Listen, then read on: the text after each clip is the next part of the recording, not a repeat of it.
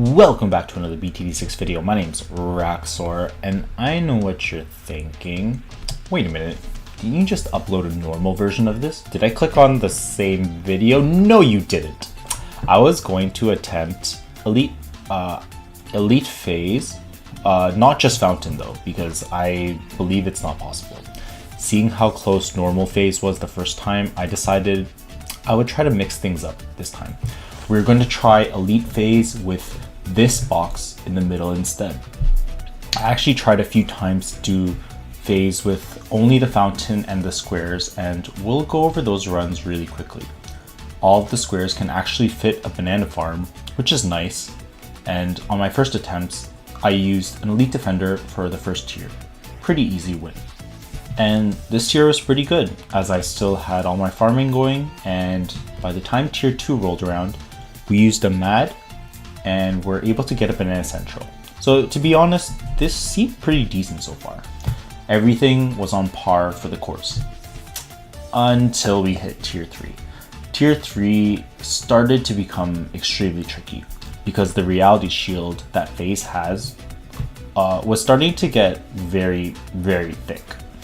I realized I had two options to really beat this tier. I could either beat Elite selling everything and just getting really strong towers, but at this point I actually didn't want to sell too much, or sell everything and get a Paragon. So both my options were just to sell. If I sold everything, and even if tier 3 was beatable, by the time we got to tier 4 I wouldn't have as much farming, but I think tier 4 still might be possible. But again, it would be cutting it extremely close. I could probably get away with using an Apex Plasma Master, or maybe somehow be able to afford a Boomerang Paragon, but then at that point, tier 5 would actually just be straight up impossible. Most of the time, I don't usually attempt anything unless it's a late game run, or I know for a fact that the boss is beatable. With this in mind, I already kind of settled that tier 3 and 4 would probably be possible, but tier 4 is basically impossible. Again, if you have to sell all your farms for defense, then you probably know you did something wrong, or it's just not possible. We would only probably be able to afford 2 Paragons max, even if farming was insanely good, and I knew for a fact those 2 Paragons would only be a Boomerang and an Apex Plasma Master, so no damage on tier 5. So we move away from doing the squares, because it's impossible, unless someone can prove me otherwise. And I decided to try with a little more space in the center square for a bit more of a challenge, and boy, there is so much room here. It literally feels like I can roll around all around here, and it's a night and day difference. I can farm so much more efficiently with all the space we have here. So did you know that you can only actually also fit 4 farms here, but there's a ton of room for so many other towers. I will farm fairly efficiently, so if you have any questions on how things work as I farm, let me know in the comments. I use only the free dart to start in this location, so that it can catch the beginning as well as the end. I get 3 farms rolling, and I greed pretty hard until I notice that the dart is starting to struggle. So I finally get my first boat to help the dart out. Again, boat is a great tower in general to farm as well, because it'll eventually turn into merchantmen, into favored trades, into trade empire, and also does decent damage. We get 4 200 farms in a discount village to purchase our first and second marketplaces. I deliberately also make my village a 102 for the extra radius, so that I can later throw down a rubber to gold as well to ensure that I can catch any leads, and this will turn into a rubber to I meant to say a lead to gold into a rubber to gold. The range on the village also allows me to discount my second village, which will eventually help discount other marketplaces into a merchantman as well. So fun fact, I tested it a few times. It's more effective to get the marketplaces before the merchantmen, obviously because farms just make way more money. Eventually, we get a favorite trades as well, which I don't think I needed right away, but because I needed some defense. But that's alright. I get an ALK and a 023 sniper, and this will eventually become an Elite Defender as per tier 1 in my previous attempt. I decide not to sell anything and just afford the elite defender. As mentioned, if you have to sell too much of your farming just for defense, it becomes a problem. So we just want to keep as much as we can. Tier 1 actually starts off a bit slow and actually gets a bit closer than I wish it did. But it's alright because we eventually beat Tier 1. When I mean efficient farming, I also don't have auto start enabled. So that I can stop every round to ensure that I'm caught up with as much as I can. Also mid rounds, while you're also fighting, you also upgrade to ensure you get as much cash as possible for every upgrade. We also get a mini Monkeyopolis with 2 marketplaces, which end up giving around 2.25k per round, which is decent enough. I also slow down rounds to ensure that I can get everything as soon as possible. It might not seem like much, but again, every little bit that you can get ahead of time will eventually cascade so that you can afford more farming quickly and afford your defense even quickly. For tier 2 farming, we have a bunch of central markets as well as the merchantman army. I eventually end up selling 2 of the central markets to finalize and get my MAD as well as an out buff. Again, pretty efficient farming. So while MAD is going, we actually buy back central markets, which is pretty nice. And so fun fact, what I like to do a lot is I target PHAYZE and then I use a hotkey to pull up the banana farm so that I ensure that the MAD is doing damage while I put down my banana farm. So if you notice, like, I can put down the banana farm, usually the MADs will follow your cursor, but in this case it won't because it's already locked in place while you try and put down another tower. So we buy back our farms into central marketplaces, which is pretty nice. A druid is also here so that eventually it can get Spirit of the Forest as well. I get extra range for Spirit of the Forest for the farming instead of Hard Thorns. And it actually is able to get around 1k per round later, which is decent, pretty nice. So druid farming this update was pretty good, especially with its buff. So we'll definitely test it out later on in later rounds. We finally also sell until we have a banana central. If you're wondering why I don't just wait until the end of a round, again, as mentioned, you want to be as efficient as possible. But in this case, I probably should have just waited till the end of the round because the round was basically over.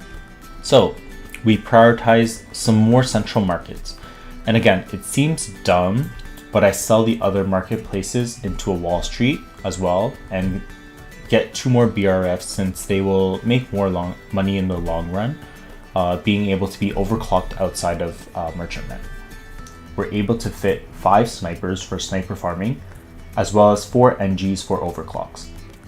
I believe maybe I could have fit 1 or 2 more towers if I moved everything over a bit more precisely, but honestly, the setup seemed extremely good, so I wasn't too worried. When you don't need to sell too much of your farming and can afford paragons and your defense, you know you did something right. Thankfully, something right I did do. We're able to afford a degree 30 Apex Plasma Master for tier 3. Again, I'm never settling for a degree 1 ever again, and because you literally only need to pay 20-30k more for a 29 degree upgrade.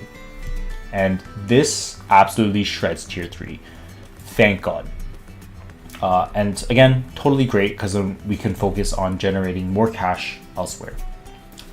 So I was thinking about another option for even more cash though. I was either thinking, 1, we could get a support temple and just buy, or actually just buy a Navark straight up. If you're unaware, Navark also gives cash 3,220 with monkey knowledge, only 3,200 otherwise. But 3.2k is still quite massive. It's almost like Wall Street. Wall Street gives around 4k per round. Support Temple actually gives even more. It gives 5k per round as well, and makes everything super cheap also. The easiest way to get a Support Temple with to get 5k every round every time is actually just sacrificing a Sentry Expert into a Support Temple, or I think it's Sentry Paragon, one of the tier 5, the top path tier 5 for NG, so that it will just give 5k per round. It just makes every round super trivial, super easy. I probably could have done that just to be super safe, but I think my setup here is still okay, so I just leave it as B. Eventually we sell Apex and we buy a Snowstorm into a bunch of Druids, because again, I wanted to test and see how Druid farming did, especially with its buff. To be honest, it's alright. I'm not blown away by it. It makes some money, but snipers will still usually make a lot more. So tier 4, seeing how well Apex did, I actually just figured, you know what, I would just get Apex again. We also had a degree 5 Knave Arc as well, so I was thinking that along with Knave Arc, it probably would do pretty well. And go figure, it did work out pretty well. However, I started noticing something with the Apex, that its attack speed was starting to get really slow. Up to this point, I believe that we hadn't gotten to the hardest part, which would be the last few tiers. I knew that the first few tiers were relatively easy. However, if I were to die to something, it would most likely be the last tier of Elite. Last tier of Elite has a lot more HP. Each Reality Shield has a whopping 4 million HP with 5 skulls. So that's a total of about 20 million in the shields, and then 16 million for its base HP. So a grand total of 36 million HP. Or it might be 40 actually with one more shield. I have to reconfirm that, but anyways. The HP isn't the problem. Bloonarius also has 40 million HP and even more, and can also be tricky with its spawns. The main problem with PHAYZE is actually the slowdown. The slowdown amount that it provides is actually insane. On the last 2 skulls of Elite on tier 4 and 5, all of your towers in range basically get 50% attack speed slowed, and it was starting to become a problem, especially with confining my space to the middle region only. So I needed as much cash as I could, and I was hoping if I was okay, I could save up hard enough and afford an Ace Paragon since it has global range. And potentially some other Paragons. Ideally, I would like a Ninja as well. 4 was the limit anyways, so I did want some degrees on the Paragons though. I didn't want a base tier 1 because they would not be able to do enough damage to PHAYZE. So while PHAYZE dies, we end up buying a big plane to start farming pops for a higher degree on our Ace Paragon, so that I don't need to sacrifice as much money and rely just on money. So we get grinding even more, and eventually once we reach round 120, it's the final moment of truth. Was only using this space enough? Thankfully, I farmed 1.4 million pops already out of 2 million pops for degree 20, and 1.4 million pops gives us around 14 to 15 degrees. So we get 3 more ground zeros, and with the cash input for the 3 ground zeros, we get a degree 21 ace. Very nice. Apex Plasma again, as it's an easy degree 30, no explanation there. We already used it for the previous tiers. And finally, I wanted an Ascended Shadow, but again, I didn't have enough money, so I settled for the second cheapest Paragon, the Boomer Paragon. As well, Boomerang Paragon will also be able to buff Apex anyways with its buff. So once we calculate the right number of sacrifices, we get our degree 20 as well. Again, every 20 degrees is a pretty large power spike, so degrees 20, 80, 20, 40, 60, 80, 100.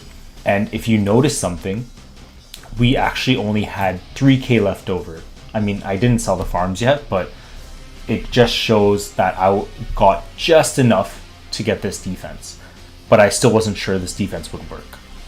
I sell my villages and eventually sell the favorite trades as well that's hiding in there.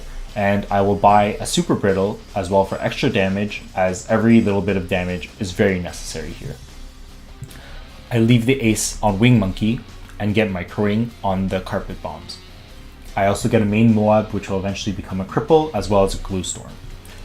So we battle PHAYZE, the last tier. The first 2 skulls were pretty straightforward, but by the time we hit the 3rd skull, it was starting to get very apparent, the slowdown that was happening. It was starting to make me worry a little bit, because PHAYZE was starting to get pretty far on the track and everything was just kind of attacking super slowly, except for my ace. So thankfully I placed my ace as far away as I could on the right side so that it wouldn't get slowed. And seriously, thank God for Ace Paragon also being able to be buffed by Navark, which will help it do so much damage. We get pretty close actually. I don't think it's as close as it could have been, but I think it's still decently close because I consider anything towards the end of the track really close. But finally, we're able to destroy Elite PHAYZE.